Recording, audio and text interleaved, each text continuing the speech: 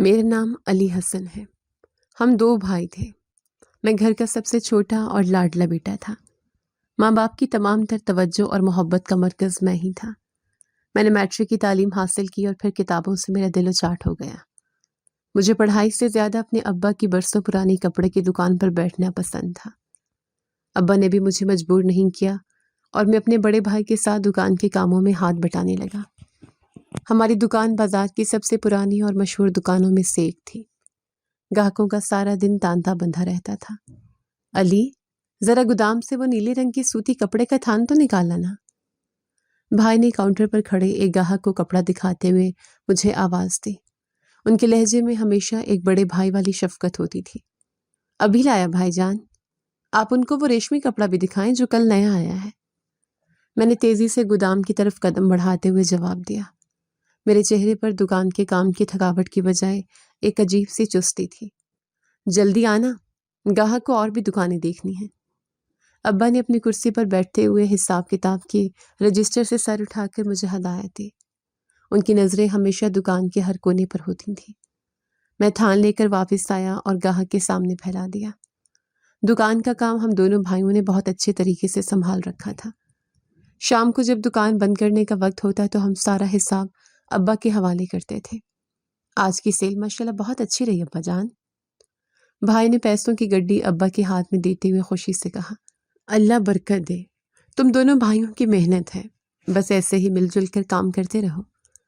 ابا نے پیسے گنتے ہوئے اطمینان بھرے لہجے میں کہا اور دکان کے شٹر گرانے کا اشارہ کیا۔ ہمارا گھر ایک ہنستا بستا اور خوشحال گھرانہ تھا۔ بھائی کی شادی کو چند سال ہو چکے تھے اور میری بھابھی مجھے بالکل اپنے سگے چھوٹے بھائیوں کی طرح سمجھتی تھی۔ اماں اور ابا کی جان مجھ میں بستی تھی۔ دکان سے واپسی پر جب ہم رات کا کھانا کھانے کے لیے دسترخوان پر بیٹھتے تو اماں ہمیشہ سب سے پہلا اور اچھا نوالا میری پلیٹ میں رکھتی۔ اماں، آپ بھی تو کھائیں، سارا دن گھر کے کاموں میں لگی رہتی ہیں۔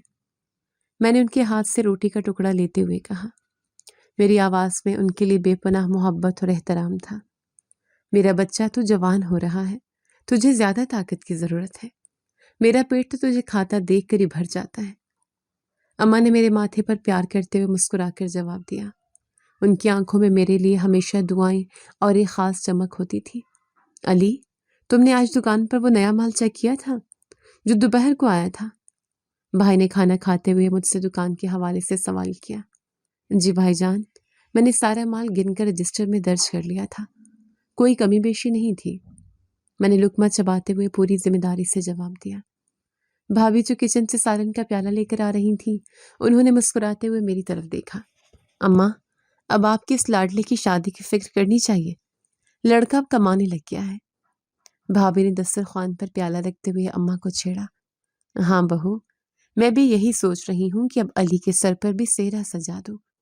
گھر میں ایک اور بہو آئے گی تو رونق اور بڑھ جائے گی۔ اماں نے خوشی سے تائید کی اور ابا کی طرف دیکھا۔ ابا نے پانی کا گلاس میز پر رکھا اور سنجیدگی سے بولے، لڑکا تو ہمارا تیار ہے، بس کوئی اچھی اور سگھر لڑکی دیکھو جو ہمارے گھر کے ماحول میں رچ بس جائے۔ کچھ دن بعد رات کے کھانے کے بعد سب ٹی وی لاؤنج میں بیٹھے تھے۔ بھابھی اپنے کمرے سے ایک تصویر لے کر آئیں اور سیدھا اماں کے پاس بیٹھ گئیں۔ اماں، یہ لڑکی دیکھیے، میرے دور کے رشتہ داروں میں سے ہے۔ نام اس کا زارا ہے، شکل و صورت کی بھی اچھی ہے اور گھر کے کام کاج میں بھی طاق ہے۔ بھابھی نے تصویر اماں کے ہاتھ میں دیتے ہوئے بڑی پرجوش آواز میں کہا۔ اماں نے اینک لگا کر تصویر کو غور سے دیکھا۔ ان کے چہرے پر ایک بڑی سی مسکراہٹ پھیل گئی۔ لڑکی تو ماشاءاللہ چاند کا ٹکڑا ہے، بالکل ویسی ہی جیسی میں اپنے علی کے لیے چاہتی تھی۔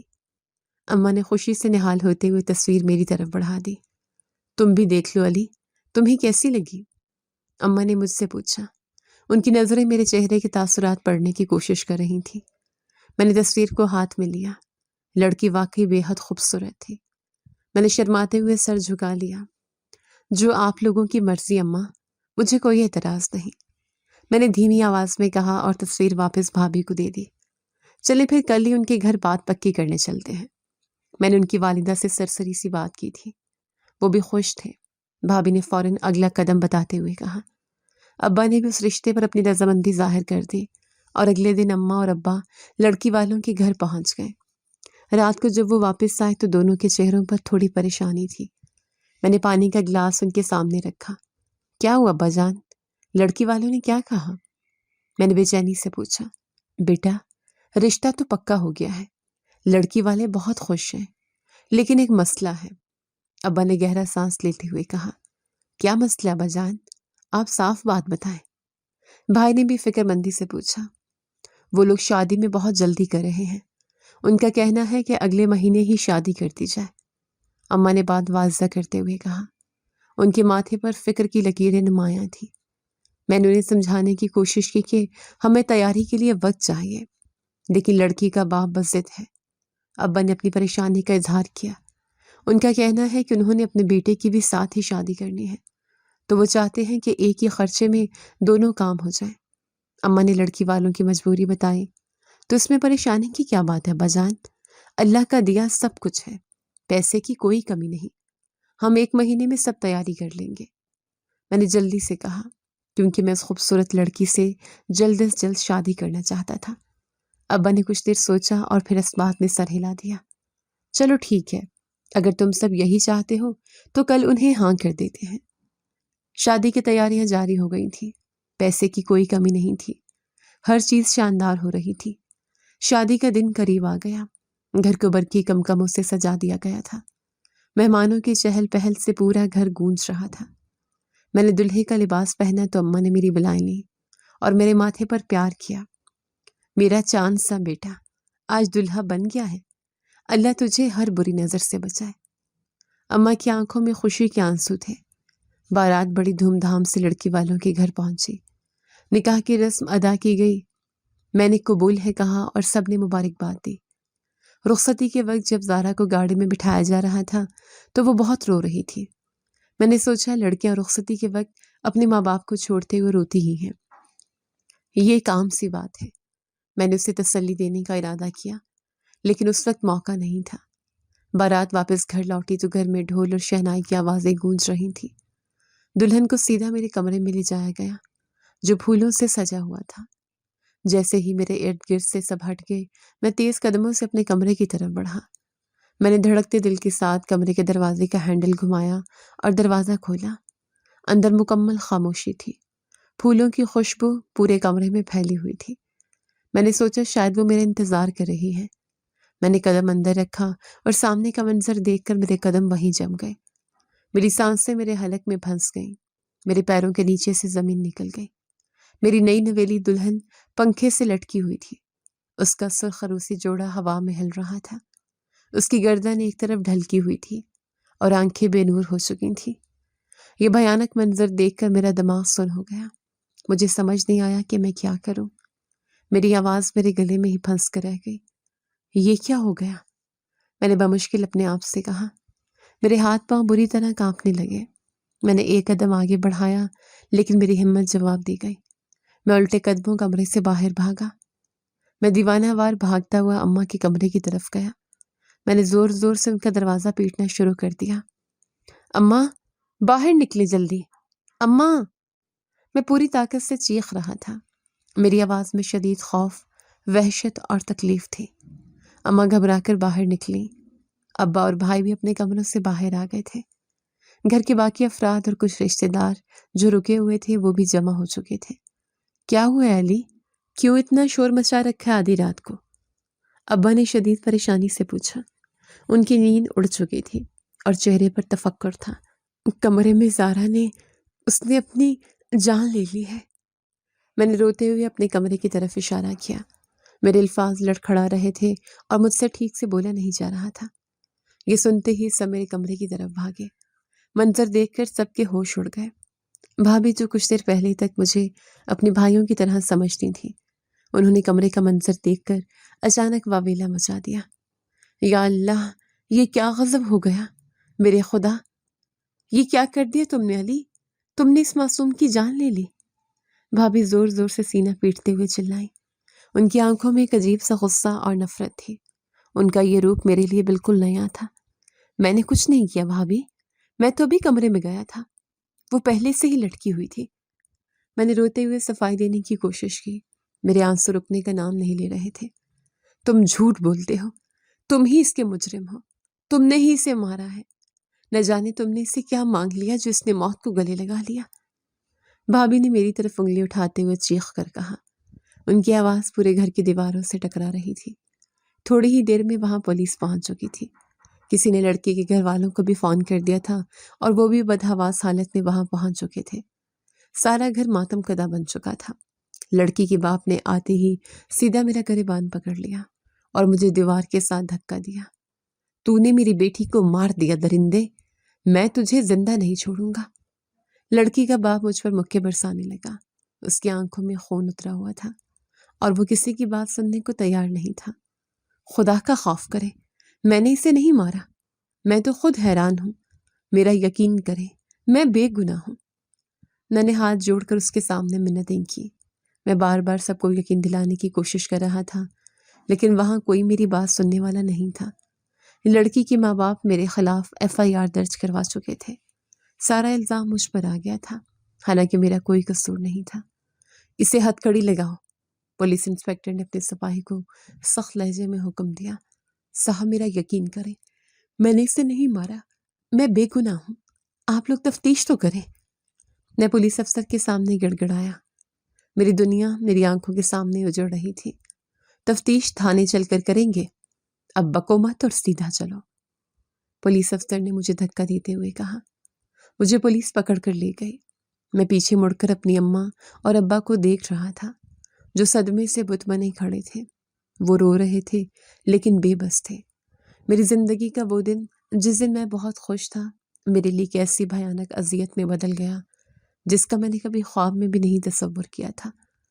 تھانے کی وہ رات میری زندگی کی طویل ترین اور بھیانک رات تھی۔ مجھے دھکے دے کر ایک تاریک اور بدبودار حوالات میں پھینک دیا گیا تھا۔ سلاخوں کے پیچھے زمین پر بیٹھا میں مسلسل رو رہا تھا۔ پولیس والوں کا رویہ انتہائی درشت اور غیر انسانی تھا۔ میں بار بار اپنے بے گناہی کی دہائی دے رہا تھا، لیکن وہاں کوئی سننے والا نہیں تھا۔ بکواس بند کر اور سچ بتا، تو نے اسے کیوں مارا؟ تیرا اس کے ساتھ کیا جھگڑا ہوا تھا؟ ایک موٹے اور کرخت آواز والے تفتیشی افسر نے حوالات کا دروازہ کھول کر میرے بالوں کو سختی سے پکڑتے ہوئے جھنجھوڑا۔ اس کی آنکھوں میں وحشت اور بے حسی تھی۔ خدا کی قسم، میں نے کچھ نہیں کیا۔ جب میں کمرے میں گیا تو وہ پہلے ہی پنکھے سے لٹکی ہوئی تھی۔ میرا یقین کریں۔ میں نے درد سے کراہتے ہوئے ہاتھ جوڑ کر جواب دیا۔ میرے آنسو میرے گلے میں اٹک رہے تھے اور مجھ سے ٹھیک سے بولا نہیں جا رہا تھا۔ کوئی مجرم اپنا جرم یوں ہی نہیں مانتا۔ جب تجھے الٹا لٹکائیں گے تو سارا سچ تو خود اگل دے گا۔ انسپکٹر نے میرے پیٹ میں ایک زوردار لات مارتے ہوئے اپنے سپاہی کو حکم دیا۔ اس نے مجھے ایک حقارت بھری نظر سے دیکھا اور کمرے سے باہر نکل آیا۔ میں ساری رات فرش پر پڑا درد سے تڑپتا رہا۔ میری آنکھوں کے سامنے بار بار اپنی دلہن کی جھولتی ہوئی لاش اور گھر والوں کے نفرت بھرے چہرے آ رہے تھے۔ صبح سویرے مجھے ہتھکڑیوں میں جکڑ کر پولیس کی گاڑی میں ڈالا گیا اور عدالت کی طرف لے جایا گیا۔ کٹہرے میں کھڑا میں اپنے گھر والوں کو ڈھونڈ رہا تھا۔ میری نظریں ہجوم میں اپنے ابا اور بھائی کو تلاش کر رہی تھیں۔ وہ دونوں ایک کونے میں سر جھکائے کھڑے تھے۔ لڑکی کے گھر والے شدید غصے میں تھے اور ان کے چہروں پر میرے لیے کھلی نفرت تھی۔ جج صاحب، اس درندے نے میری معصوم اور پھول جیسی بیٹی کو شادی کی پہلی ہی رات بے دردی سے مار ڈالا۔ مجھے اس کا خون چاہیے، مجھے انصاف چاہیے۔ لڑکی کے باپ نے روتے ہوئے جج کے سامنے دہائی دی۔ اس کی آواز میں انتقام کی آگ تھی اور وہ مسلسل میری طرف غضبناک نظروں سے دیکھ رہا تھا۔ اعتراض مائی لارڈ، میرے موکل پر لگائے کہ تمام الزامات بالکل بے بنیاد ہیں۔ یہ واضح طور پر خودکشی کا کیس ہے اور میرے موکل کو پھنسایا جا رہا ہے۔ میرے وکیل نے سنجیدگی سے اپنا موقف پیش کرتے ہوئے کہا۔ اس نے دلائل پر مبنی فائلوں کا ایک بھاری پلندہ جج کی میز پر رکھا۔ کیا ثبوت ہے؟ لڑکی کے گلے پر رسی کے نشانات اور کمرے کے بکھرے ہوئے حالات چیخ چیخ کر بتا رہے ہیں کسی نے اس کی جان لی ہے۔ اس نے میری بیٹی کا گلا گھونٹ کر اسے لٹکایا ہے۔ مخالف وکیل نے انتہائی اونچی آواز میں دلائل دیے۔ اس نے میری طرف انگلی اٹھا کر مجھے ایک پیشہ ور مجرم ثابت کرنے کی کوشش کی۔ جج صاحب، میرا بیٹا بے گناہ ہے۔ وہ تو خود اس سانیہ پر حیران اور پریشان ہے۔ اس نے کبھی کسی چونٹی کو بھی نہیں مارا۔ ابا نے روتے ہوئے کٹہرے کے قریب آ کر جج سے التجا کی۔ ان کے ہاتھ بری طرح کانپ رہے تھے اور چہرے پر گہری مایوسی اور بے بسی تھی۔ عدالت جذبات اور آنسوں پر نہیں بلکہ ٹھوس ثبوتوں پر فیصلہ کرتی ہے، اور اس وقت تمام شواہد اور حالات ملزم کے خلاف جا رہے ہیں۔ جج نے ابا کی بات سختی سے کاٹتے ہوئے اپنے دلائل دیے۔ اس کی آواز پورے کمرے میں ایک حتمی فیصلے کی طرح گونج رہی تھی۔ کئی ہفتوں تک عدالت میں پیشیاں چلتی رہیں۔ ہر پیشی پر مجھ پر نئے الزامات لگائے جاتے۔ بھابھی کا بیان بھی میرے خلاف پیش کیا گیا، جس نے میرے کیس کو مزید کمزور کر دیا۔ بالآخر وہ دن آ گیا جب عدالت نے اپنا حتمی فیصلہ سنانا تھا۔ تمام بیانات اور شواہد کی روشنی میں یہ عدالت ملزم علی حسن کو باقاعدہ مجرم قرار دے کر 14 سال قید بمشقت کی سزا سناتی ہے۔ جج نے اپنا فیصلہ پڑھتے ہوئے ہتھوڑا میز پر مارا۔ یہ فیصلہ سنتے ہی میرے پیروں تلے سے زمین نکل گئی۔ میری جوانی کے حسین خواب ایک ہی لمحے میں راکھ کا ڈھیر بن گئے۔ میں نے بے بسی سے ابا کی طرف دیکھا جو صدمے سے وہیں کرسی پر گر پڑے تھے۔ بھائی نے جلدی سے ابا کو سنبھالا، لیکن اس نے میری طرف ایک بار بھی نظر اٹھا کر نہیں دیکھا۔ مجھے فوراً پولیس کی حراست میں لے کر سینٹرل جیل منتقل کر دیا گیا۔ وہ جگہ کسی تاریک جہنم سے کم نہیں تھی۔ میرے دن سخت جسمانی مشقت میں اور راتیں اندھیرے میں رونے میں گزرنے لگی۔ میری جوانی کے وہ دن جن میں لوگ اپنا مستقبل بناتے ہیں، اپنا گھر بساتے ہیں۔ میں ایک بے گناہ قیدی کی حیثیت سے سلاخوں کے پیچھے مٹی چھان رہا تھا۔ مجھے مجرموں اور لٹیروں کے درمیان ایک چھوٹی سی بدبودار کوٹری میں رکھا گیا تھا۔ ایک مہینہ بڑی مشکل سے گزرا۔ میری اماں اور ابا مجھ سے ملنے کے لیے جیل آئے۔ اماں کی حالت دیکھ کر میں اندر سے ٹوٹ گیا۔ ویل چیئر پر بیٹھی اماں کا چہرہ زرد پڑ چکا تھا اور آنکھوں کے گرد گہرے سیاہ حلقے بن گئے تھے۔ علی، میرے بچے، یہ کیا ظلم ہو گیا ہمارے ساتھ؟ تیری یہ حالت مجھ سے نہیں دیکھی جاتی۔ اماں نے جیل کے لوہے کی جالیوں کے اس پار سے میرا ہاتھ مضبوطی سے پکڑتے ہوئے زاروں قطار رو کر کہا۔ ان کا چہرہ مسلسل بہنے والے آنسوں سے بھیگ چکا تھا۔ اماں، میں بالکل بے گناہ ہوں، مجھے یہاں سے نکالیں، میں اس جہنم میں گھٹ گھٹ کر مر جاؤں گا۔ میں نے سلاخوں سے اپنا سر ٹکراتے ہوئے رو کر کہا۔ میرے اندر بے بسی اور غصے کا ایک شدید طوفان برپا تھا۔ ہم پوری کوشش کر رہے ہیں بیٹا، ہم نے ہائی کورٹ میں اپیل کے لیے نئے وکیل سے بات کی ہے، لیکن وہ لوگ بہت بااثر ہیں اور انہوں نے ہر راستہ بند کر رکھا ہے۔ ابا نے اماں کے کاندھے پر ہاتھ رکھتے ہوئے انتہائی تھکے ہوئے اور ہارے ہوئے لہجے میں جواب دیا۔ ان کی سیدھی کمر اب جھک چکی تھی۔ بھائی جان کیوں نہیں آئے؟ وہ تو مجھ سے بہت پیار کرتے تھے، انہوں نے مجھے اکیلا کیوں چھوڑ دیا؟ میں نے امید بھری اور ترستی ہوئی نظروں سے ابا کی طرف دیکھا۔ مجھے اپنے بڑے بھائی کی بہت کمی محسوس ہو رہی تھی۔ وہ دکان پر اکیلا ہوتا ہے، سارا کام اسی کے سر پر ہے، اس لیے وہ وقت نہیں نکال سکا۔ اگلی بار میں اسے ضرور ساتھ لاؤں گا۔ ابا نے مجھ سے نظریں چراتے ہوئے ایک کمزور سا جھوٹ بولا۔ میں اپنے ابا کی آنکھیں پڑھ سکتا تھا اور میں جانتا تھا کہ بھائی جان بوجھ کر مجھ سے ملنے نہیں آئے۔ اس ملاقات کے بعد میرے دل میں ایک عجیب سی بے چینی بیٹھ گئی۔ جیل کی سخت ترین مشقت نے مجھے جسمانی طور پر کھوکھلا کر دیا تھا اور اپنوں کی دوری نے مجھے ذہنی طور پر پاگل کر دیا تھا۔ روزانہ کی بنیاد پر مجھے مجرموں جیسی گالیاں سننی پڑتی اور باسی کھانا دیا جاتا۔ میں راتوں کو جاگ کر اپنی قسمت کو روتا رہتا۔ اماں مجھ سے ملنے کی ضد کرتی تھیں، لیکن ان کی طبیعت انہیں اجازت نہیں دیتی تھی۔ ابا کبھی کبھار اکیلے آتے اور مجھے دلاسا دے کر چلے جاتے۔ وقت گزرنے کے ساتھ ساتھ ابا کے چہرے کی جھریاں گہری ہوتی جا رہی تھیں۔ اس ملاقات کے ٹھیک 1 مہینے بعد ابا مجھ سے ملنے آئے۔ ان کی حالت اتنی خراب تھی کہ وہ 2 لوگوں کے سہارے بمشکل چلتے ہوئے ملاقات کے کمرے تک پہنچے۔ ان کی آنکھیں سوجی ہوئی تھیں اور چہرہ بالکل سپاٹ تھا۔ ابا جان، کیا ہوا ہے؟ آپ کی طبیعت اتنی خراب کیوں ہے؟ اور اماں کیسی ہیں؟ وہ کیوں نہیں آئیں؟ میں نے شدید بے قراری سے سلاخوں کے قریب ہوتے ہوئے پوچھا۔ میرا دل کسی انتہائی خوفناک خبر کے ڈر سے زور زور سے دھڑک رہا تھا۔ تیری اماں تجھے اس حال میں دیکھ کر اندر ہی اندر گھل رہی تھی۔ وہ تیری جدائی کا صدمہ برداشت نہ کر سکی اور کل رات ہمیں ہمیشہ کے لیے چھوڑ کر چلی گئی۔ ابا نے پھوٹ پھوٹ کر روتے ہوئے مجھے یہ لرزہ خیز اور قیامت خیز خبر سنائی۔ یہ سنتے ہی مجھے لگا جیسے کسی نے میرے سر پر بھاری پتھر مارا ہو۔ میرے قدم ڈگمگائے اور میں وہیں ٹھنڈے فرش پر گر پڑا۔ میری دنیا مکمل طور پر تاریک ہو گئی۔ میری وہ ماں جس کی زندگی کا واحد محور میں تھا، جس کا دن مجھے دیکھے بغیر شروع نہیں ہوتا تھا، وہ میرے غم میں تڑپ تڑپ کر اس دنیا سے چلی گئی۔ میری قید نے میری ماں کی جان لے لی تھی۔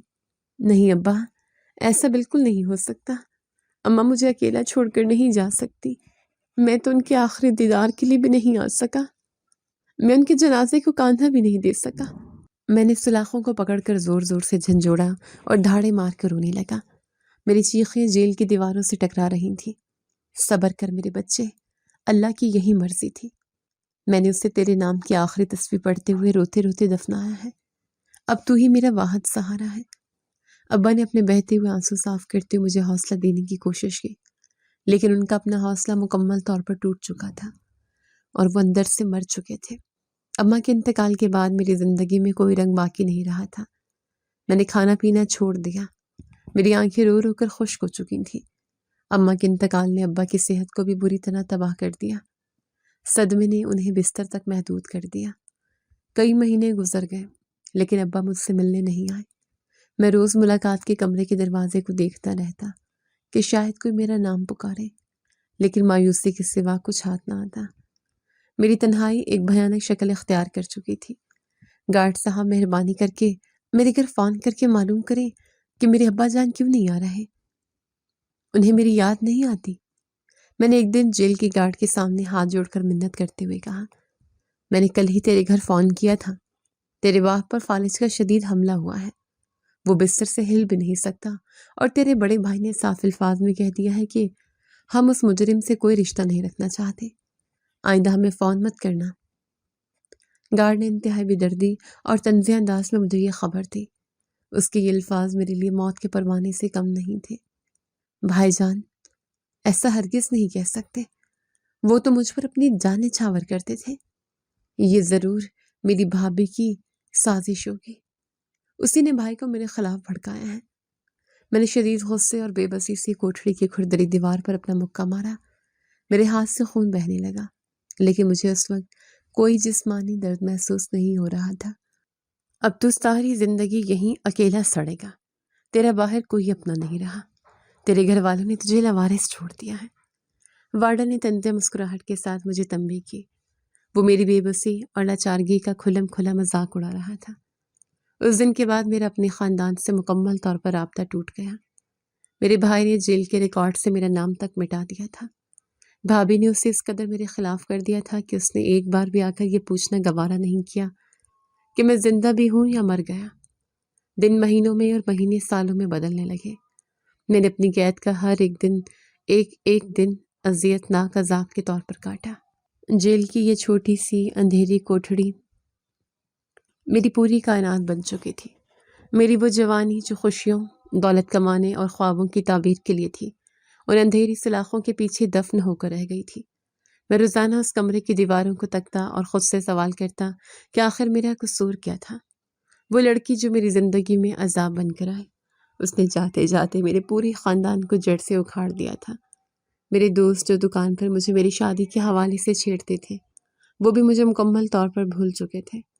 وہ دکان جس پر میں اور میرا بھائی ہنسی مذاق کرتے تھے، اور وہ یادیں اب مجھے ناک بن کر ڈسنے لگی۔ بھابھی کے زہریلے جملے مجھے ہر روز سونے نہیں دیتے تھے۔ تم ہی اس کے مجرم ہو، تم نے ہی اسے مارا ہے۔ یہ الفاظ میرے کانوں میں پگھلا ہوا سیسا بن کر اترتے تھے۔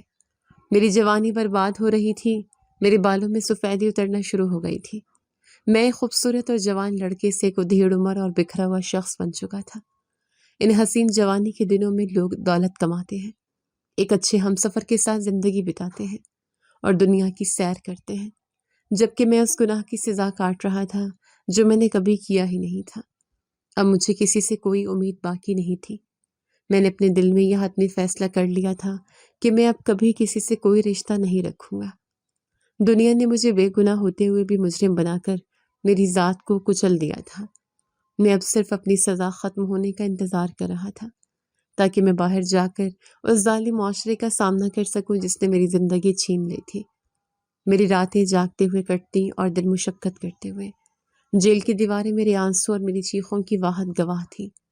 وقت ایک بے رحم اور اندھا ہتھوڑا ہے جو انسان کو اندر تک توڑ دیتا ہے۔ جیل کی ان اونچی اور سرد دیواروں کے پیچھے میرے دن رات ایک ہی رنگ میں رنگے جا چکے تھے، اور وہ رنگ مایوسی کا تھا۔ میری جوانی کی چمک دمک سلاخوں کی زنگآلود بو میں کہیں گم ہو چکی تھی۔ میرے بالوں میں چاندی اتر آئی تھی اور چہرے پر وقت سے پہلے پڑنے والی جھریوں نے میری عمر میں کئی سالوں کا اضافہ کر دیا تھا۔ علی بیٹا، یہ پتھر توڑنا چھوڑ دے اور اب دوپہر کا کھانا بٹنے والا ہے، چل کر اپنی روٹی لے لے۔ میرے ساتھ والی کوٹھڑی کے ایک بوڑھے قیدی بابا حمید نے میرے کندھے پر ہاتھ رکھتے ہوئے شفقت سے کہا۔ ان کی آواز میں ایک باپ جیسی نرمی تھی۔ بابا حمید، مجھے بھوک نہیں ہے، آپ میرا حصہ بھی لے لیں، مجھے بس یہ کام ختم کرنے دیں۔ میں نے ہتھوڑا زمین پر رکھتے ہوئے پسینے سے بھیگا ہوا چہرہ صاف کیا اور انتہائی تھکے ہوئے لہجے میں جواب دیا۔ میری آنکھوں میں زندگی کی کوئی رمق باقی نہیں تھی۔ ایسے بھوکا رہے گا تو مر جائے گا بیٹا، زندگی بہت بڑی نعمت ہے، اس کو ایسے ضائع مت کر۔ بابا حمید نے میرے پاس زمین پر بیٹھتے ہوئے سمجھانے والے انداز میں کہا۔ ان کے چہرے پر گہری تشویش تھی۔ یہ زندگی نہیں ہے بابا، یہ تو ایک عذاب ہے جو میں روزانہ کاٹ رہا ہوں، وہ بھی اس گناہ کے بدلے جو میں نے کبھی کیا ہی نہیں۔ میں نے سرد آنکھ بھرتے ہوئے آسمان کی طرف دیکھا۔ میرے دل میں چھپا ہوا لاوا آنسوں کی شکل میں بہنے لگا تھا۔ میں جانتا ہوں تو بے گناہ ہے، تیری آنکھیں سچ بولتی ہیں، لیکن اللہ کے ہر کام میں کوئی حکمت ہوتی ہے، شاید وہ تیرا امتحان لے رہا ہے۔ بابا حمید نے میری پیٹھ تھپ تھپاتے ہوئے مجھے تسلی دینے کی کوشش کی۔ ان کا لہجہ بہت دھیما اور پرسکون تھا۔ کیسا امتحان بابا؟ میری ماں اس امتحان میں جان سے گزر گئی، میرا باپ بستر پر پڑا ہے اور میرا بھائی مجھ سے نفرت کرتا ہے، اب میرے پاس بچا ہی کیا ہے؟ میں نے زاروں قطار روتے ہوئے اپنے دونوں ہاتھوں سے چہرہ چھپا لیا۔ میری سسکیوں سے کوٹھڑی کی خاموشی ٹوٹنے لگی تھی۔ تمہیں مضبوط رہنا ہوگا علی، ایک دن سچ ضرور سامنے آئے گا، بس اپنے رب سے نا امید مت ہونا۔ بابا حمید نے مجھے اپنے گلے لگاتے ہوئے بھرائی ہوئی آواز میں کہا۔ دن اسی طرح رینگتے رہے اور میری قید کو کئی سال گزر گئے۔ میرا باہر کی دنیا سے کوئی رابطہ نہیں تھا، میں نے جیل کے ماحول کو ہی اپنا مقدر مان لیا تھا۔ ایک دوپہر جب میں جیل کے صحن میں بیٹھا قیدیوں کے کپڑے دھو رہا تھا تو ایک سپاہی میرے پاس آیا۔ قیدی نمبر 420، چل اٹھ، تجھے جیلر صاحب اپنے دفتر میں بلا رہے ہیں۔ سپاہی نے اپنے بوٹوں کی ٹھوکر زمین پر مارتے ہوئے کرخت آواز میں کہا۔ اس کے ماتھے پر غصے کے بل تھے۔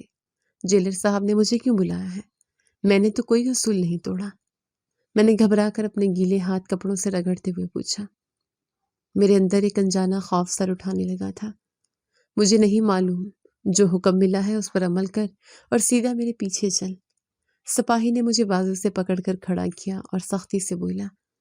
میں دھڑکتے دل کے ساتھ جیلر کے دفتر کی طرف چل پڑا۔ دفتر کے اندر ایک عجیب سی خاموشی تھی۔ جیلر صاحب اپنی کرسی پر بیٹھے ایک فائل کا مطالعہ کر رہے تھے۔ قیدی علی حسن، تم یہاں آ کر کھڑے ہو جاؤ۔ جیلر صاحب نے فائل سے سر اٹھائے بغیر ایک انتہائی سنجیدہ اور سپاٹ لہجے میں حکم دیا۔ جی سر، میں حاضر ہوں، میں نے ادب سے سر جھکاتے ہوئے جواب دیا۔ میرے ہاتھ پیچھے کی طرف بندھے ہوئے تھے اور ٹانگیں کانپ رہی تھی۔ تمہارے لیے ایک خبر ہے اور وہ خبر اچھی نہیں ہے۔ تمہارے گھر سے ایک سرکاری پیغام آیا ہے۔ جیلر صاحب نے فائل بند کرتے ہوئے میری آنکھوں میں غور سے دیکھا۔ ان کے چہرے پر ایک لمحے کے لیے افسوس کی پرچھائیں ابھری تھی۔ میرے گھر سے کیا پیغام ہے سر؟ ابا جان تو ٹھیک ہے نا؟ میں نے بےتابی سے آگے بڑھتے ہوئے پوچھا۔ میری سانس سینے میں اٹک گئی۔ تمہارے والد کا انتقال ہو گیا ہے، یہ ان کا ڈیتھ سرٹیفکیٹ ہے جو تھانے کے ذریعے یہاں پہنچا ہے۔ جیلر صاحب نے ایک کاغذ میری طرف بڑھاتے ہوئے انتہائی سرد مہر لہجے میں حقیقت بیان کی۔ یہ سننا تھا کہ میرے پیروں تلے سے زمین کھسک گئی۔ مجھے لگا جیسے کسی نے میرے دل پر خنجر چلا دیا ہو۔ نہیں سر، یہ جھوٹ ہے، میرے ابا مجھے ایسے اکیلا چھوڑ کر نہیں جا سکتے، وہ تو میرا انتظار کر رہے تھے۔ میں نے چیختے ہوئے وہ کاغذ اپنے ہاتھوں میں لیا اور پھوٹ پھوٹ کر رونے لگا۔ میری آواز دفتر کی دیواروں سے ٹکرا کر واپس مجھ تک آ رہی تھی۔ تمہیں صبر کرنا ہوگا، تمہارے گھر والوں نے تمہاری شرکت کے لیے کوئی درخواست بھی نہیں دی، اس لیے تم جنازے میں نہیں جا سکتے۔ جیلر صاحب نے انتہائی حقیقت پسندانہ اور روکھے انداز میں مجھے قانون سے آگاہ کیا۔ سر، خدا را مجھے صرف ایک بار ان کا چہرہ دیکھنے دیں، میں وعدہ کرتا ہوں میں واپس آ جاؤں گا، مجھ پر رحم کریں۔ اب میں نے جیلر صاحب کے پیروں میں گر کر گڑ گڑاتے ہوئے منتیں کی۔ میرے آنسو ان کے جوتوں کو بھگو رہے تھے۔ قانون قانون ہے علی حسن، میں تمہارے لیے اصول نہیں توڑ سکتا، اب تم جاؤ اور اپنی بیرک میں آرام کرو۔ جیلر صاحب نے اپنے پیر پیچھے ہٹاتے ہوئے حتمی فیصلہ سنایا۔ سپاہی مجھے گھسیٹتے ہوئے واپس میری کوٹھڑی میں لے آیا۔ اس رات میں اتنا رویا کہ میری آواز بیٹھ گئی۔ میری آخری امید، میری آخری پناہ گاہ، میرا باپ بھی اس دنیا سے رخصت ہو چکا تھا۔ بھابھی کی نفرت اور بھائی کی بے رخی نے مجھے میرے باپ کے آخری دیدار سے بھی محروم کر دیا تھا۔ وقت گزرنے کے ساتھ میں نے بولنا بھی چھوڑ دیا۔ میں ایک زندہ لاش بن چکا تھا جو صرف سانس لے رہی تھی۔ جیل کے اندر ہر قیدی اور سپاہی میری خاموشی سے واقف ہو چکا تھا۔ سال پر سال گزرتے گئے اور بالآخر وہ وقت قریب آ گیا جو میری سزا کی مدت پوری ہونے لگی تھی۔ میری جیل کی مشقت اور اچھے رویے کی وجہ سے میری سزا میں کچھ کمی کر دی گئی تھی۔ اس کے علاوہ جیلر صاحب نے بتایا کہ کسی نے میری معافی کے لیے بھی کوئی درخواست دی تھی، جس کی وجہ سے مجھے وقت سے پہلے رہا کیا جا رہا تھا۔ مجھے نہیں معلوم تھا کہ وہ کون مسیحا تھا جس نے میرے لیے یہ کوشش کی تھی۔ علی حسن، تمہاری سزا کا وقت مکمل ہو گیا ہے، کل صبح تمہیں رہا کر دیا جائے گا۔ جیلر صاحب نے ایک دوپہر مجھے اپنے دفتر میں بلا کر خوشخبری سنائی۔ ان کے لہجے میں آج یہ غیر معمولی نرمی تھی۔ رہائی؟ کیسی رہائی سر؟ میرا تو باہر کوئی بھی نہیں ہے، میں اس قید خانے سے نکل کر کہاں جاؤں گا؟ میں نے بے تاثر چہرے اور مردہ آواز کے ساتھ ان سے سوال کیا۔ میرے اندر آزادی کی کوئی خوشی نہیں تھی۔ یہ تمہارا مسئلہ ہے، ہمارا کام تمہیں قانون کے مطابق رہا کرنا ہے۔ کل صبح اپنے پرانے کپڑے لے لینا اور یہاں سے چلے جانا۔ جیلر صاحب نے کندھے اچکاتے ہوئے سختی سے جواب دیا اور مجھے جانے کا اشارہ کیا۔ اس رات مجھے بالکل نیند نہیں آئی۔ میں ساری رات کوٹھڑی کے فرش پر بیٹھا اپنی پرانی زندگی کے بارے میں سوچتا رہا۔ وہ ہنستا بستا گھر، وہ خوشیوں بھرا صحن، میری دکان، سب کچھ میری نظروں کے سامنے گھوم رہا تھا۔ اگلی صبح جیل کا لوہے کا بھاری دروازہ ایک خوفناک آواز کے ساتھ کھلا۔ مجھے میرے پرانے کپڑے ایک تھیلے میں ڈال کر دے دیے گئے تھے۔ میں نے ان کپڑوں کو پہنا تو وہ میرے سوکھے ہوئے جسم پر لٹک رہے تھے۔ وہ کپڑے ایک جوان اور خوشحال لڑکے کے تھے، جبکہ میں اب ایک بوڑھا اور ٹوٹا ہوا شخص بن چکا تھا۔ جا علی حسن، آزاد ہے تو اب، دوبارہ کوئی جرم کر کے یہاں مت آنا۔ جیل کی گیٹ پر کھڑے سپاہی نے بھاری دروازہ کھولتے ہوئے طنزیہ انداز میں کہا۔ اس کی آنکھوں میں حقارت تھی۔ میں نے کوئی جرم پہلے بھی نہیں کیا تھا اور نہ آئندہ کروں گا۔ اللہ آپ کو خوش رکھے۔ میں نے سر جھکاتے ہوئے دھیمی آواز میں جواب دیا اور جیل کی چار دیواری سے باہر قدم رکھ دیا۔ باہر کی کھلی ہوا اور تیز دھوپ نے میری آنکھوں کو خیرہ کر دیا۔ میں نے ایک لمبا سانس لیا، لیکن اس ہوا میں مجھے کوئی سکون محسوس نہیں ہوا۔ میں سڑک کے کنارے پیدل چلنے لگا۔ مجھے کچھ سمجھ نہیں آ رہا تھا کہ میں کس طرف جاؤں۔ کافی دیر چلنے کے بعد مجھے ایک بس اڈا نظر آیا۔ میں نے اپنی جیب سے کچھ پرانے نوٹ نکالے جو جیل میں میری مزدوری کے پیسے تھے۔ بھائی جان، یہ بس شہر کی طرف جائے گی؟ میں نے بس کے کنڈکٹر سے ہچکچاتے ہوئے پوچھا۔ میرا دل اجنبی لوگوں سے بات کرتے ہوئے گھبرا رہا تھا۔ ہاں بابا، جائے گی، جلدی سے چڑھ جاؤ ورنہ بس نکل جائے گی۔ کنڈکٹر نے جلدی سے مجھے بازو سے پکڑ کر بس میں چڑھاتے ہوئے کہا۔ اس نے مجھے بابا کہہ کر مخاطب کیا تھا، جس سے مجھے احساس ہوا کہ میں واقعی بوڑھا ہو چکا ہوں۔ میں بس کی آخری نشست پر جا کر بیٹھ گیا۔ کھڑکی سے باہر تیزی سے گزرتے ہوئے مناظر کو دیکھ کر میرا دل عجیب سی الجھن کا شکار تھا۔ شہر کی سڑکیں، عمارتیں اور دکانیں، سب کچھ بدل چکا تھا۔ کئی گھنٹوں کے سفر کے بعد بس میرے پرانے محلے کے اسٹاپ پر رکی۔ میں دھڑکتے دل کے ساتھ بس سے اترا۔ میرے محلے کی گلیاں اب بھی ویسی ہی تھیں، لیکن وہاں چلنے والے چہرے اجنبی تھے۔ میں آہستہ آہستہ قدم اٹھاتا ہوا اپنی اس گلی کی طرف بڑھا جہاں میرا بچپن اور جوانی گزرے تھے۔ یہ سامنے میرا گھر ہے، میرے ابا کا گھر، جہاں میری ماں کی خوشبو بسی ہے۔ میں نے دور سے اپنے گھر کی بڑی لکڑی کے دروازے کو دیکھتے ہوئے خود کلامی کی۔ میری آنکھوں میں آنسو تیرنے لگے تھے۔ میں قدم قدم چلتا ہوا اپنے گھر کے دروازے تک پہنچا۔ میں نے کانپتے ہاتھوں سے اپنے ہی گھر کی لکڑی کے پرانے دروازے پر دستک دی۔ میرا دل بری طرح دھڑک رہا تھا۔ چند لمحوں بعد دروازہ کھلا اور سامنے میری بھابھی کھڑی تھی۔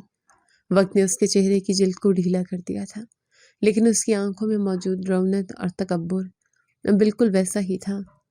مجھے دیکھتے ہی اس کا چہرہ غصے سے اور نفرت سے سرخ ہو گیا۔ تم یہاں کیا کر رہے ہو؟ نکل جاؤ میرے دروازے سے، بھابھی نے مجھے انتہائی حقارت سے دیکھتے ہوئے اونچی اور کرخت آواز میں کہا۔ اس کی آواز سن کر گلی سے گزرتے چند لوگ رک کر ہماری طرف دیکھنے لگے۔ بھابھی، میں علی ہوں، آپ کا اپنا چھوٹا بھائی۔ میری سزا ختم ہو گئی ہے، میں واپس آ گیا ہوں۔ میں نے ہاتھ جوڑ کر انتہائی دھیمی اور تھکی ہوئی آواز میں اسے سمجھانے کی کوشش کی۔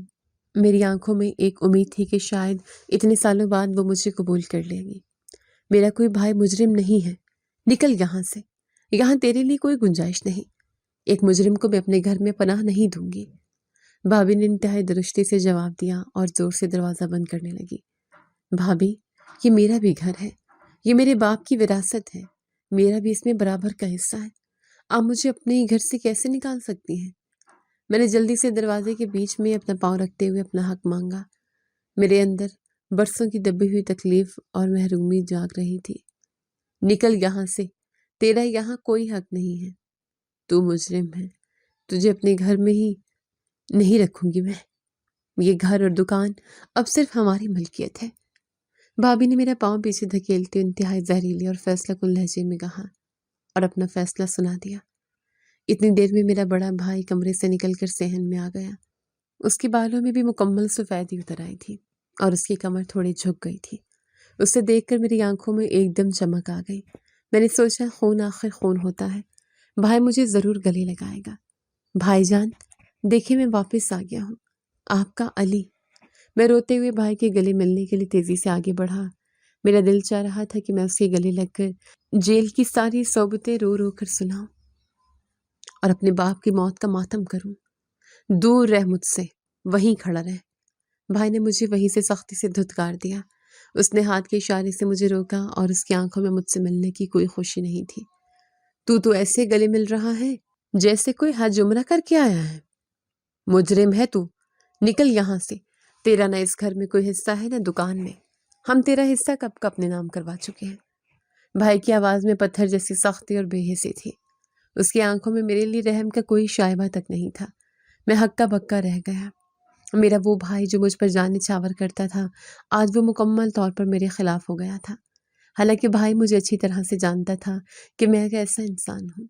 میں مجرم نہیں تھا، لیکن بھائی نے بھی مجھے مجرم بنا دیا۔ دنیا کی نظر میں تو میں مجرم ہی تھا، لیکن اپنوں نے بھی مجھ پر بھروسہ نہیں کیا تھا۔ میں نے بنا کچھ کہے اپنا سر جھکایا اور خاموشی سے اپنے باپ کے گھر سے نکل آیا۔ اب میرے پاس نہ کوئی گھر تھا اور نہ ہی کوئی خاندان بچا تھا۔ میں شہر کی سڑکوں پر مارا مارا پھرنے لگا۔ بھوک، پیاس اور تھکاوٹ نے میرا برا حال کر دیا تھا۔ میں نے فیصلہ کیا کہ میں کوئی چھوٹی موٹی مزدوری کر لوں گا اور اپنی روٹی کما کر کھاؤں گا۔ سیٹھ صاحب، مجھے کوئی بھی مزدوری دے دیں، میں ہر بوجھ اٹھا لوں گا، مجھے بس 2 وقت کی روٹی چاہیے۔ میں نے ایک پرچون کی دکان والے کے سامنے کھڑے ہو کر التجا کی۔ میری حالت کسی گداگر جیسی ہو چکی تھی۔ تو وہی علی ہے نا جس نے اپنی دلہن کو مار دیا تھا؟ جا یہاں سے، مجھے اپنی دکان پر کسی خونی کو نہیں رکھنا، کہیں تو میرا گلا نہ کاٹ دے۔ دکاندار نے مجھے پہچانتے ہی انتہائی حقارت سے دھتکار دیا۔ اس کی بات سن کر آس پاس کھڑے لوگ بھی آپس میں باتیں کرنے لگ گئے کہ یہ مجرم ہے، اس سے بچ کر رہنا چاہیے۔ میں جہاں بھی کام مانگنے جاتا لوگ مجھے پہچان لیتے اور دھکے دے کر نکال دیتے۔ معاشرہ ایک سزا یافتہ انسان کو کبھی معاف نہیں کرتا، چاہے وہ بے گناہ ہی کیوں نہ ہو۔ میں بالکل بے بس ہو چکا تھا، بھوک سے میری جان نکل رہی تھی اور میرے پیروں میں چلنے کی سکت نہیں رہی تھی۔ آخرکار میں نے اپنے اندر کی ساری غیرت کو مارا اور در بدر بھیک مانگنے لگا۔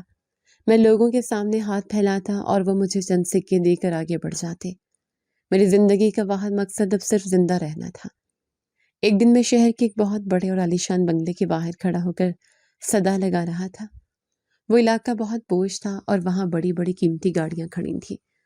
اللہ کے نام پر دے دو بابا، اللہ تیرا بھلا کرے گا، میں نے اپنی کامتی ہوئی کمزور آواز میں صدا لگائی۔ میرا گلا سوکھا ہوا تھا اور دھوپ کی شدت سے میرا سر چکرا رہا تھا۔ اتنے میں اس خوبصورت گھر کا بڑا صحنی دروازہ کھلا اور اندر سے ایک باپردہ عورت باہر آئے۔ اس نے مکمل کالا نقاب پہنا تھا جس میں سے صرف اس کی آنکھیں نظر آ رہی تھیں۔ وہ مجھے خیرات دینے آئی تھی، لیکن مجھے دیکھ کر وہ اچانک ہکا بکا رہ گئی۔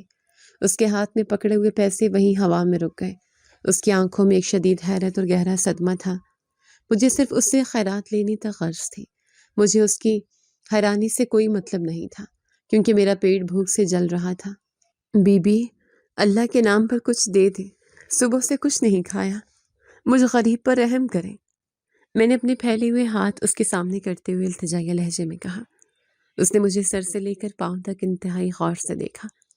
اس کی آنکھوں میں ایک عجیب سی چمک اور ہمدردی آ گئی۔ اگر میں تمہیں عزت کی زندگی دوں تو کیا تم قبول کرو گے؟ وہ عورت انتہائی آہستہ اور نرم آواز میں مجھ سے مخاطب ہوئی۔ اس کے لہجے میں ایک عجیب سا سکون اور ٹھہراؤ تھا۔ میں حیرانگی سے اس کی طرف دیکھنے لگا۔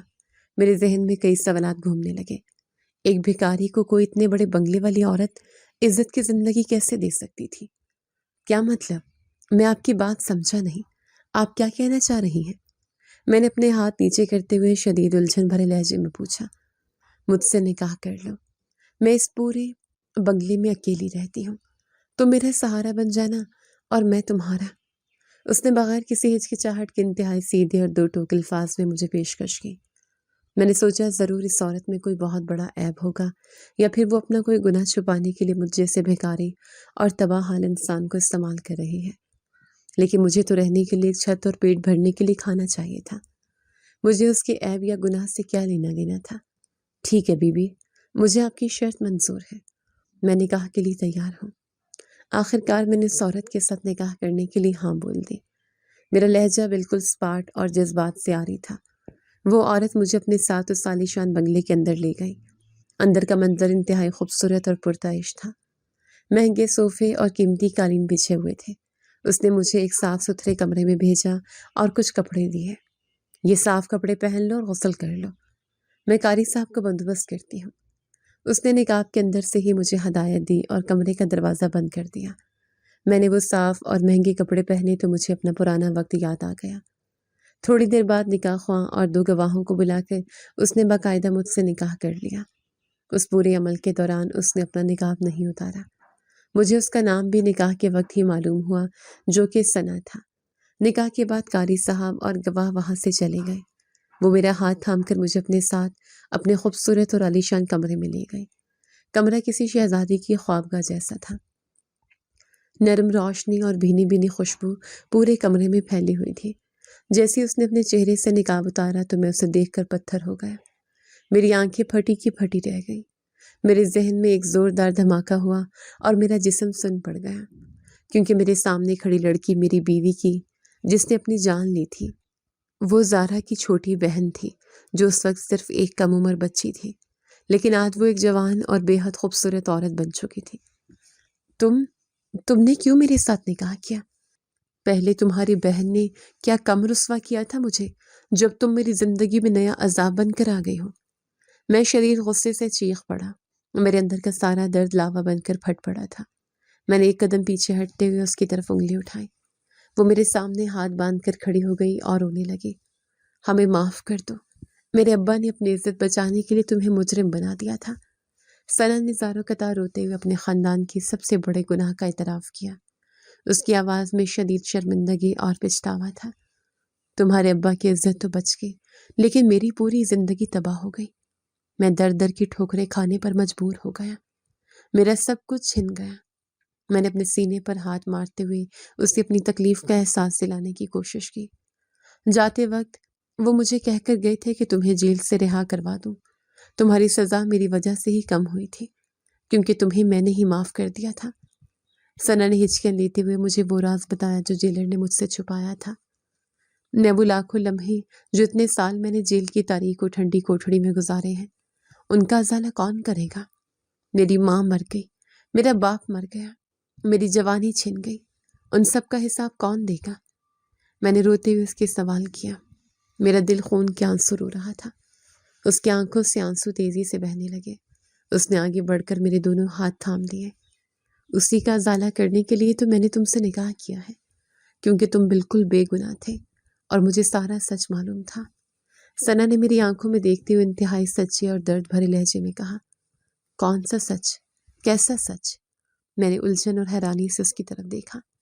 میری بہن نے شادی سے پہلے اپنے کمرے میں ایک خط چھوڑا تھا، جس میں صاف لکھا تھا کہ وہ کسی اور کو پسند کرتی ہے اور تم سے شادی نہیں کرنا چاہتی۔ اگر اس کی زبردستی شادی ہوئی تو وہ مر جائے گی۔ ثنا نے وہ بھیانک سچ میرے سامنے کھول کے رکھ دیا، جس نے میری پوری زندگی برباد کی تھی۔ تو پھر تمہارے گھر والوں نے مجھے کیوں پھنسایا؟ میں نے بے یقینی سے پوچھا۔ وہ خط میرے ماں باپ کے پاس تھا، لیکن جان بوجھ کر انہوں نے وہ خط چھپایا تاکہ ان کی بدنامی نہ ہو۔ اور سارا الزام جان بوجھ کر تم پر ڈال دیا۔ ثنا نے اپنا سر شرم سے جھکاتے ہوئے جواب دیا۔ اس کے یہ الفاظ میرے لیے نشتر کی طرح تھے۔ وہ روتے ہوئے مزید بولی، تم جیل سے نکل آئے تھے، میں نے تمہیں بہت ڈھونڈنے کی کوشش کی لیکن تم نہیں ملے۔ آج تم مجھے جب میرے ہی در پر بھیک مانگتے ملے تو میں نے طے کر لیا کہ میں تم سے ہی شادی کروں گی۔ مجھ جیسے بوڑھے اور تباہ حال انسان سے شادی کر کے تمہیں کیا ملے گا؟ میں نے اپنے سفید بالوں کی طرف اشارہ کرتے ہوئے انتہائی تلخ لہجے میں پوچھا۔ کیونکہ تم انتہائی ٹوٹے ہوئے انسان ہو۔ یہ گھر، یہ دولت سب تمہارا حق ہے، کیونکہ تمہارے ساتھ میرے گھر والوں نے شدید ناانصافی کی تھی۔ ہم دو ہی بہنیں تو تھیں اور ماں باپ کا سب کچھ ہمارا تھا۔ ثنا نے انتہائی محبت اور احترام سے میرے کندھے پر ہاتھ رکھتے ہوئے اپنا فیصلہ سنایا۔ اس نے مجھے کمرے میں رکھے صوفے پر بٹھایا اور خود میرے قدموں میں فرش پر بیٹھ گئی۔ اب باقی وہ سارے پلاٹ بیچ کر میں نے یہ بنگلہ خریدا تھا، اور ابو کا کاروبار وہ بھی میں ہی سنوار رہی ہوں، اور آج سے وہ سارا کاروبار اور یہ سب کچھ تم سنبھال لو گے۔ ثنا نے میرے ہاتھ چومتے ہوئے مجھے میری نئی زندگی کی چابیاں تھما دی۔ مجھے لگا کہ میری برباد اور تاریک زندگی میں اچانک امید کی ایک بہت بڑی روشنی واپس آ گئی ہے۔ اصل میں وہ لڑکی میری زندگی کا انصاف بن کر آئی تھی۔ اللہ نے مجھے میرے صبر اور میری بے گناہی کا صلہ دے دیا تھا۔ میں کو ڈھیڑ عمر آدمی بن چکا تھا، جبکہ وہ بے حد خوبصورت اور نوجوان تھی، لیکن اس نے بغیر کسی غرض کے مجھے اپنا لیا تھا۔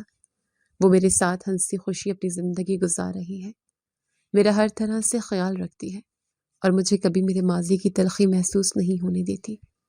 میں نے بھی اس کا سارا کاروبار سنبھال لیا ہے اور اب میں ایک بھکاری سے دوبارہ ایک عزت دار اور مالدار انسان بن چکا ہوں۔ پتہ نہیں وہ اپنی بہن اور ماں باپ کے کیے کا ازالہ کر رہی ہے یا سچ میں میرے ساتھ خوش ہے، لیکن مجھے اتنا معلوم ہے کہ قدرت کسی کی بے گناہی کو کبھی رائیگاں نہیں جانے دیتی۔ انسان چاہے کتنا ہی ظلم کر لے، انجام کار سچ کی جیت ہوتی ہے اور مظلوم کو اس کا حق ضرور ملتا ہے۔ صبر کا گھونٹ پینا کڑوا ضرور ہوتا ہے، لیکن اس کا پھل ہمیشہ میٹھا اور سکون آور ہوتا ہے۔ اللہ کی لاٹھی بے آواز ہے، اور جب وہ انصاف کرتا ہے تو دنیا کی کوئی طاقت اسے روک نہیں سکتی۔ بے شک ہر مشکل کے بعد آسانی ہے۔